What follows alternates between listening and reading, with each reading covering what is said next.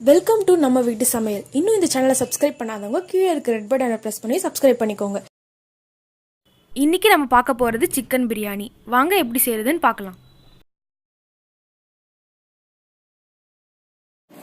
இப்போ நம்ம சிக்கன் பிரியாணி எப்படி செய்யறதுன்னு பார்க்கலாம். அதுக்கு தேவையான பொருட்கள்: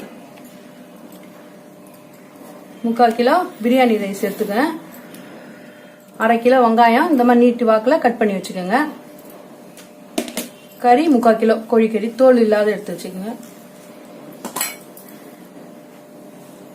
தக்காளி 4 தக்காளி, ஒரு 4 பச்சை மிளகாய் கட் பண்ணி வச்சுக்கோங்க,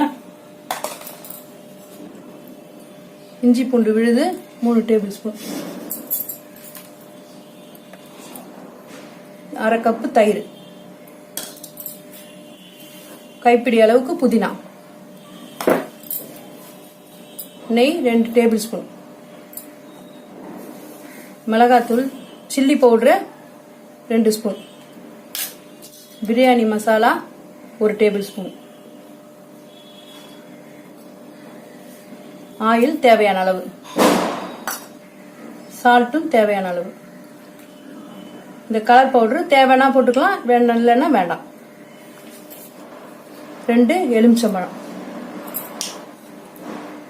2 ஏலக்காய், 2 இந்த பூவு, பட்டை 4, கடல் பாசி இலை, அந்த லவங்கம் இதெல்லாம் எடுத்து வச்சுங்க. இந்த மசாலா பொருட்கள் தேவையான பொருட்கள்லாம் எடுத்து வச்சுக்கோங்க.